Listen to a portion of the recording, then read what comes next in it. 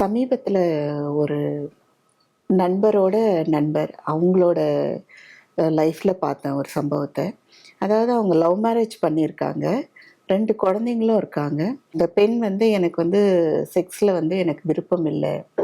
எனக்கு வந்து வேணும்னா டிவோர்ஸ் கூட குடுத்துருங்க. நீங்க இன்னொரு கல்யாணம் கூட பண்ணிக்கோங்க அப்படின்றாங்க. அது சாத்தியமாங்க டாக்டர். ஏன்னா அவங்க லவ் பண்ணியிருக்காங்க. கல்யாணம் பண்ணி 2 குழந்தையும் பொறந்திருக்கு. அதுக்கப்புறம் வந்து செக்ஸ்ல விருப்பம் இல்ல, ஏசெக்சுவல் அப்படிங்கிறதெல்லாம் மருத்துவ ரீதியா உண்மைதானா டாக்டர்? சாத்தியம் இருக்கு, நிறைய சாத்தியம் இருக்கு. இதுல என்ன பிரச்சனை அப்படின்னா, செக்ஸில் வந்து பெண்கள் திருப்தின்றது ரொம்ப சிக்கலான ஒரு நிகழ்வு. அது பெண்களுக்கும் முழுமையாக தெரிஞ்சிருக்கணும், கணவருக்கும் தெரிஞ்சிருக்கணும், தெரிஞ்ச விஷயங்களை செயல்படுத்தணும். இங்கே நம்ம ஊரில் வந்து எங்கேயுமே அந்த மாதிரியான ஒரு வாய்ப்புகளே இல்லை நமக்கு. வளரும்போது பெற்றோர்கிட்ட பேசுகிறதோ, ஆசிரியர்கள்ட்ட பேசுகிறதோ, கல்லூரியில் போய் கல்லூரி ஆசிரியர்கிட்ட பேசுனா கூட சாத்தியம் இல்லை. ஏன்னா அவர்களுக்கும் இக்னரண்ட்டாக இருக்கிறத நம்ம பார்க்க முடியும். இந்த துறையில் ஒரு ஒரு போதுமான அளவுக்கு சொல்லிக் கொடுக்குற அளவுக்கு நாலேஜ் இல்லாமல் இருக்கும். சொல்லிக் கொடுக்குறது தவறுன்னு கூட அவங்கெல்லாம் நம்பிக்கிட்டு இருப்பாங்க இன்றைக்கும் கூட. ஏன்னா ஒரு எம்பிக்கள் குழு போட்டாங்க தமிழ்நாட்டில், இந்தியா முழுவதும் பாலியல் கல்வியை கொண்டு வரலாமான்னு. நாங்கள் இந்தியன் அசோசியேஷன் ஆஃப் செக்ஸாலஜி சேர்மன்ற முறையில் நான் வந்து எங்கள் குழு சார்பாக அவங்கக்கிட்ட போய் ஒரு அறிக்கையெல்லாம் கொடுத்தோம். கண்டிப்பாக கொடுக்கணும், பாலியல் கல்வி என்பது கண்டிப்பாக கொடுக்கணும். ஏன்னா எல்லா பக்கங்கள்ல இருந்தும் பாலியல் பற்றிய பல்வேறு செய்திகளும் பல்வேறு விஷயங்களும் கொட்டிக்கிட்டு இருக்கு. இன்டர்நெட் மூலமாகவும் ஆபாசங்களும் வந்துக்கிட்டு இருக்கு. இதை எதிர்ப்பதற்கு பாலியல் கல்வி தான் education, knowledge is power. So இதுதான் அதுக்கான இம்யூனைசேஷன், வேக்சினேஷன். அதனால் இது கொடுக்கணும்னு. ஆனால் பெரும்பாலும் இந்தியா முழுவதும் வந்து இதற்கு எதிர்ப்பு இருக்குது, மக்கள்கிட்டையும் இருக்குது. ஏன்னா செக்ஸ் கல்வின்றது பாலியல் செக்ஸை பற்றி சொல்லித்தர போகிறாங்க அப்படின்னு நம்புகிறாங்க. அதனால் அதை எதிர்ப்பு அதிகமாக இருந்ததுனால அதை எடுத்துக்கல. ஆனால் இது தெரியாததுனால வரக்கூடிய பல்வேறு குழப்பங்கள் ஏராளமாக இருக்குது. அதில் என்னென்னா, பெண்கள் வந்து பாலியல் ரீதியாகவும் மற்ற ரீதியாகவும் ஏராளமான பிரச்சனைகளுக்கு உள்ளாகிறத பார்க்க முடியும். ஒரு சாதாரண பெண் நேற்று வந்தாங்க. அந்த பெண் வந்து பிஹெச்டி முடிச்சிருக்காங்க. அவங்க அம்மா கூட இருக்கிறாங்க. அவங்க அண்ணன் தம்பிங்களெல்லாம் அவங்க அண்ணன் வீட்டில் அந்த பெண்ணை விட்டுட்டு கணவரும் பெண்ணும் இருக்காங்க, அவங்க அம்மா கூட இருக்கிறாங்க. இதில் என்னென்னா, அவங்க அம்மா வந்து ஒரு டாக்ஸிக் பர்சன். அதாவது என்னென்னா, நான் சொல்கிறது தான் நீங்கள் கேட்கணும், இப்படி தான் ஒழுங்கு, இப்படி தான் இருக்கணும். அவங்க ஒரு ஐடியா வச்சுக்கிட்டு அதை தான் எக்ஸிக்யூட் பண்ணிட்டு இருப்பாங்க. மாமியார் குடும்பம் கூட இல்லை, இதில் மாமியார் தனியாக இருக்காங்க. இது ஒரு கட்டத்தில் இவங்களால தாங்கவே முடியல. இவங்க 2 பேரும் சண்டை போட்டுக்கிட்டே இருக்காங்க. அப்போது வந்து டாக்டர் இப்படி நாங்கள் சொன்னேன், யார் வேண்டுமானாலும் ஒரு டாக்ஸிக்காக இருக்கலாம். டாக்ஸிக்னா பழைய கருத்துக்களை வச்சுக்கிட்டு நான் இதுதான் சரி, இப்படி தான் இருக்கணும் அப்படின்னு மிரட்டிக்கிட்டு இருப்பாங்க. அவங்க கையில் கொஞ்சம் அதிகாரமும் சேர்ந்துருச்சுன்னா சிக்கல். இது பையங்களோட வீடு, அம்மாவுக்கு உரிமை இருக்கிற மாதிரி இருக்கும். இவங்க 2 பேரும் வெளியே இருந்து வந்தவங்க மாதிரி இருப்பாங்க. இப்போ மாமியார் வீட்டுக்குள்ளே போய் பிள்ளைங்க இருக்கும்போது மாமியாருக்கு ரொம்ப அதிகாரம் அதிகம் இருக்கிற மாதிரி இருக்கும். எங்கள் வீடு அப்படின்னு சொல்லி மிரட்டிகிட்டு இருப்பாங்க மருமகளை. இந்த டாக்ஸிக்கான பர்சன் வந்து தனியாக முகமூடி போட்டுக்கிட்டு சினிமா வில்லன் மாதிரிலாம் இருக்கவே மாட்டாங்க. அன்பான அம்மாவாக இருக்கலாம், நம்ம சகோதரனாக இருக்கலாம், நேசமுள்ள நம்ம உதவி செய்த நண்பனாக இருக்கலாம், சகோதரனாக இருக்கலாம். அவங்க வந்து மூடத்தனமான கருத்துக்களை வச்சுக்கிட்டு நம்மளை வந்து தவறான கருத்துக்களை நம்ம சொல்லி கொடுத்துருப்பாங்க. நாங்கள் அதெல்லாம் டெய்லி பார்க்குறோம். மூட பழக்க வழக்கங்களை வச்சுக்கிட்டு நம்ம நம்பிக்கையிலெல்லாம் உண்மைன்னு நம்பிக்கிட்டு இருப்பாங்க. நாம் சில விஷயங்களை நம்புகிறோம், அதெல்லாம் உண்மைன்னு அவங்க எடுத்துக்கோங்க. உண்மைகள் வந்து நிரூபிக்கப்பட்டால் தான் அது உண்மை, நிரூபிக்கப்படலைன்னா அது உங்கள் நம்பிக்கைகள் தான். எல்லா நம்பிக்கையும் எல்லா விஷயங்கள்லையும். அப்போ பெரும்பாலான மக்களுக்கு நிரூபணமெல்லாம் தேவையில்லை, அவங்க நம்பினாங்கன்னா போதும், அதுதான் உண்மை, அப்படி எடுத்துக்கிட்டு வாழ்க்கையை நடத்திக்கிட்டே இருப்பாங்க. அப்போது அதுக்கு எதிராக அவங்களுக்கு கீழே இருக்கவங்க, அவங்க கண்ட்ரோலில் வர்றவங்க யாராவது நடந்துக்கிட்டாங்கன்னா அதை எதிர்த்து கடுமையாக மன உளைச்சலை உண்டு பண்ணிகிட்டு இருப்பாங்க, பிரச்சனை பண்ணுவாங்க. இப்படி எல்லாம் நிறைய பார்க்க முடியும். இதெல்லாம் ரொம்ப சஃபர் பண்ணுறது யாருன்னா, ஒன்று கீழே இருக்கிறவங்க சஃபர் பண்ணுவாங்க, ஜூனியர்ஸு பிள்ளைகள். அதில் அதிகமாக சஃபர் பண்ணுறது பெண்களாக இருப்பாங்க. அடிமைகளுக்கும் அடிமை அப்படின்னு மார்க்ஸ் சொல்லுவார். அதாவது இப்போது ஜாதிகளில் ஒரு சாரா ரொம்ப கீழே வச்சு அமுக்கப்பட்டு இருப்பாங்க. அவங்களுக்கு அடிமையாக அவங்க மனைவி வச்சுட்டு இருப்பாங்க. அங்கே அவன் மனைவியை போட்டு மீசிட்டு இருப்பாங்க. கரெக்ட். அப்போ அடிமைகளுக்கு அடிமையாக அந்த பெண் இருக்கிற மாதிரி இருக்கும். அவங்களுக்கு வாழ்க்கையே ஒரு சிக்கலாக இருக்கும். ஒவ்வொரு நிமிடமும் ஒவ்வொரு நாளும் இவனே ஒரு அடிமை, இவனுக்கு ஒரு அடிமையை வச்சுக்கிட்டு இருக்க மாதிரி இருப்பாங்க. அப்போது பெண்களுக்கு இந்த கட்டுப்பாடுகள் வந்து ரொம்ப அதிகம், தமிழ்நாட்டிலையும் அதிகம்.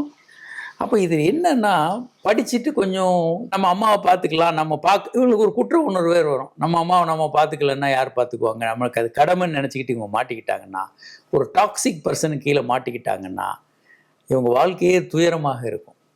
அதே மாதிரி டாக்ஸிக்கான கணவன், அந்த சூழலுக்குள்ள ஒரு பெண் இருந்தாங்கன்னா வாழ்க்கையே அவங்களுக்கு வெறுத்து போயிடும். செக்ஸு மட்டும் இல்லை, வாழ்க்கையே இது வேண்டான்னு கூட முடிவுக்கு வரலாம். இந்த சிக்கல்கள் எப்பயுமே இருக்குது. ஒரு பர்சனாலிட்டி வந்து யாரோட கண்ட்ரோல்லையும் இருக்கக்கூடாது. இது பார்க்குறதுக்கு வினோதமாக இருக்கும். ஆனால் ஒரு பிள்ளைகள் வந்து நம்ம மூலமாக இந்த உலகத்துக்கு வந்தாலும் அவங்க நம்ம பிள்ளைகள் இல்லை, இந்த பூமியினுடைய இந்த காலகட்டத்தினுடைய ஒரு தோன்று. அவங்களுக்கு ஸ்கூலுக்கு போகிறது கூட பாட புத்தகங்களை படிக்கிறதுல சிந்திக்க கற்றுக் கொடுக்கறதுக்கு தான்.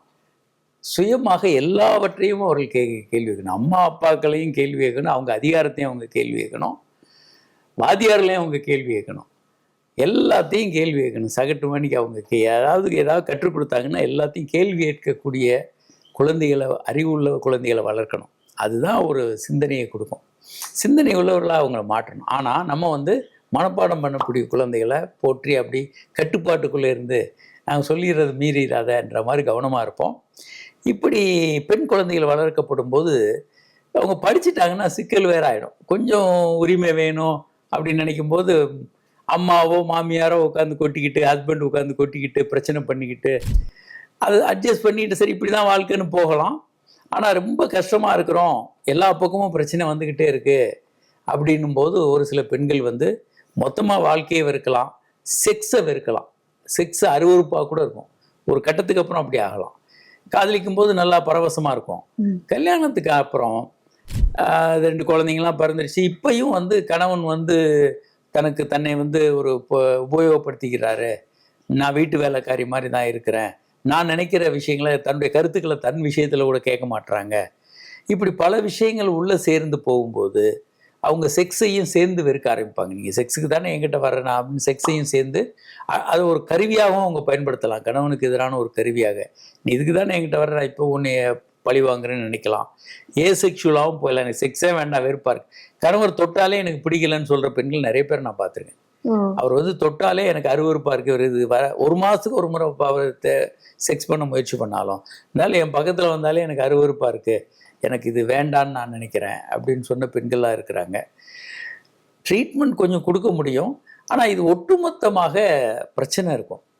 அப்போது அந்த அடிமைக்கு அடிமையாக இருக்கும்போது அவங்களுக்கு இது வாழ்க்கையே சில நேரம் வெறுத்து போயிடும். எல்லாத்துக்கும் கடுமையான மனவலி, உடல் வலியை ஏற்படுத்திக்கிட்டு வாழ்கிறது அப்படின்றது பல பெண்களுக்கு சகிக்க முடியும், பல பெண்களுக்கு சகிக்க முடியாத துயரத்தை கொடுக்கும்போது அவங்க ஏசெக்ஷுவலாக மாறலாம், ஏசெக்ஷுவலாக இருக்கலாம். இயல்பாகவும் சில பேர் ஏசெக்ஷுவலாக இருக்கிறாங்க. ஏசெக்ஷுவல்னா மனநிலை தாங்க, உடல்ல ஒன்றும் இல்லை. உடல் அவங்க ஒரு பெண் தான், ஒரு ஆண் தான். செக்ஸில் ஆர்வம் இல்லை, அது பல காரணங்களாக இருக்கும். அவங்கள வந்து தவறாக செக்ஸில் பயன்படுத்தியிருக்காங்கன்னு வச்சுக்கோங்க ஒரு கட்டத்தில். அப்போது அவங்க வந்து செக்ஸுனாலே அந்த பழைய உணர்வுகள் தான் ஞாபகத்து வரும். இப்போது நம்ம கிட்ட 2 விதமான மேனேஜர் இருக்கார். ஒருத்தர் நம்மளை பாராட்டுறாரு, நம்ம நல்ல விஷயங்களை பாராட்டுறாரு. அப்போ அவரை போய் பார்ப்போம், திரும்ப திரும்ப கையெழுத்து வாங்கணுன்னா போய் காட்டுவோம். இன்னொரு மேனேஜர் ரொம்ப கடுமையாக திட்டிகிட்டே இருக்காரு, எப்போயும் நம்மளை பார்த்தாலே ரொம்ப திட்டுறாரு, குற்றம் கண்டுபிடிக்கிறாரு. அப்போ என்ன பண்ணுவோம்னா 10 முறை பார்க்கணுன்னா கூட மொத்தமாக எல்லா ஃபைலையும் ஒன்றா வச்சுக்கிட்டு ஒரே ஒரு முறை தலையை காட்டி கையெழுத்து வாங்கிட்டு ஓடியாந்துடும். ஏன் அப்படின்னா நமக்கு பிரெயின் நமக்கு சொல்லியிருக்கோம் ஏற்கனவே. இது வந்து நமக்கு நம்ம அனுபவத்திலேருந்து இதை பொலிட்டிக்கலோட சொல்லணும்னா, நம்ம எம்ஜிஆருக்கு ஓட்டு போடுறோம், விஜய்க்கு ஓட்டு போடுறோம் அப்படின்னா, விஜய் இவங்கெல்லாம் நமக்கு வீட்டுக்கு வந்து எப்பயும் நம்ம அவங்களோட பழகலை. ஆனால் பல முறை அவர்களை திரைப்படங்களில் பார்த்ததோட ஒட்டுமொத்த தொகுப்பும் அவங்க நமக்கு ஏற்படுத்திய உணர்வும் அவங்க உருவமும் ஒன்றிடும் நம்மக்கிட்ட. நம்ம மூளையில் அப்படி தான் அது பதிவாகும். இவர் நல்லவர், வல்லவர், எல்லாத்தையும் செஞ்சிருவார்ன்ற மக்கள் திலகம் அப்படின்னு சொல்லி மூளையில் பதிவாயிரும். அப்படிப்பட்ட ஒவ்வொருத்தருக்கும் அப்படி நமக்கு பதிவு அப்படி தான் இருக்கும். ஒரு ஆள் எடுத்துக்கிட்டோன்னா அவர் நமக்கு என்ன உணர்வை ஏற்படுத்தினார்ன்றது ஞாபகம் வச்சுருப்போம். என்ன பேசினார்ன்றது கூட கொஞ்சம் 10 வருஷத்தில் மறந்துடுவோம். ஆனால் 10 வருஷத்துக்கு முன்னால் சண்டை போட்டு என்ன மாதிரியான உணர்வை, ஒரு நாஸ்டி உணர்வை உண்டு பண்ணாரோ அது நம்ம இப்போ வச்சுருப்போம் மனசில். அது அவர் உருவத்தோடு மெர்ஜாக இருக்கும், நம்ம உடம்புல இருக்கும். அவர் பார்க்கும்போதே இவர் வந்து மோசமான ஆளுன்ற நம்ம உணர்வு நமக்கு வரும். அப்போது இந்த மாதிரியான பல்வேறு உணர்வுகள் மாறும்போது அவங்க வந்து கணவரை பார்க்கும்போதே அவங்களுக்கு வந்து ஒரு பிடிக்காமல் போயிடலாம். இவர் வந்து என்னை பயன்படுத்துகிறாரு, அடிக்கிறாரு, துன்புறுத்துறாரு, மோசமான ஆளாக இருக்கார், தனக்கு பிடிச்ச மாதிரி இல்லை அப்படின்லாம் இருக்கும்போது அவங்க ஏசெக்ஷுவலாகவும் இருக்கலாம், செக்ஸையே வெறுக்கக்கூடியலாம். விரும்பது மட்டும் இல்லை, வெறுக்கக்கூடிய பெண்களுக்கு மட்டும் ஒன்று எக்ஸ்ட்ரா இருக்குது செக்ஸ் பிரச்சனைகளில். செக்ஸ் மீது வெறுப்பு, இது ஆண்களுக்கு நாங்கள் சேர்க்கறது இல்லை. ஆண்களுக்கு செக்ஸில் 4 பிரச்சனைகள். செக்ஸில் ஆர்வம் இல்லாமல், விரைப்புத்தன்மை இல்லை, அதே மாதிரி விந்து வெளியேற்றுறதுல முன்வெளியே சீக்கிரம் வர்றது, லேட்டாக வர்றது, அதே மாதிரி இந்த மாதிரி விந்து அந்த மாதிரி பிரச்சனை, ரெசல்யூஷன், இந்த 4 ஃபேஸ் ரெசல்யூஷன். பெண்களுக்கு வந்து இந்த 4 தவிர ஒன்று இருக்குது, செக்ஸ் மீது வெறுப்புன்னு. இது ஆண்களுக்கு கிடையாது. செக்ஸ் மீது வெறுப்பு ஏன்னா கடுமையான வன்புணர்வுக்கு, கொடுமைக்கு உள்ளாக்கப்பட்ட பெண் அந்த செக்ஸு யாராவது கணவன் அப்ரோச் பண்ணால் கூட அவங்களுக்கு அந்த பயம், பழைய கடந்த கால அந்த உணர்வுகள் வரும்போது அவங்க செக்ஸ் வந்து அவங்களுக்கு ஒரு பயத்தையும் நடுக்கத்தையும் கொடுக்கலாம். யாரு கூடயுமே அவங்களால செக்ஸ் பண்ண முடியாமல் போகலாம், அல்ல செக்ஸு மேலேயே ஒரு வெறுப்பு வரலாம். இது ஒரு அந்த மாதிரியெல்லாம் இருக்குது. அதெல்லாம் சேரும்போது ஏசெக்ஷுவலாக அவங்க நடந்துக்கலாம், இருக்கலாம். இதெல்லாம் சாத்தியமான ஒரு விஷயந்தான். ஸோ திருமணமாகி குழந்தை பிறந்த பிறகு ஒரு பெண் ஏசெக்ஷுவலாக ஆகிறதுக்கு வாய்ப்புகள் இருக்கு. கண்டிப்பாக இருக்குது. நம்ம ஊர்லெலாம் ரொம்ப அதிகம், இன்னும் அந்த வாய்ப்புகள் அதிகம். அது கண்டிப்பாக, அதாவது நம்ம வளர்க்கும் போதே குழந்தைகளை வந்து இண்டிவிஜுவலாக திங்க் பண்ணுறதுக்கு, அவங்கள சுதந்திரமாக செயல்படுறதுக்கும், அவங்க முடிவுகளை அவங்க எடுக்கிறதுக்கும் சொல்லி தான் நம்ம குழந்தைகளை வளர்க்கணும். நம்ம ரொம்ப கட்டுப்படித்தனமாக நம்ம சொல்கிறத கேட்டு வளர்கிற குழந்தைகள் தான் நல்ல குழந்தைகள்னு வச்சுக்கிட்டு மூட நம்பிக்கைகளை அவங்க மூளையில் ஏற்றி நம்ம சொல்கிறதெல்லாம் ஆட்டுக்குட்டி மாதிரி அவங்கள வளர்த்துக்கிட்டு இருந்தோம்னா அவங்க கடைசியில் ஒரு உருப்படாமல் ஆட்டுக்குட்டியாக இருப்பாங்க. இந்த மாதிரியான சிக்கல்கள் எல்லாம் மாற்றுறதுக்கான வாய்ப்புகள் அதிகம். சுதந்திரமான சிந்தனையோட ஒரு மிகப்பெரிய சிந்தனையாளர்களாக குழந்தைகளை வளர்க்கணும். Super doctor, thank you.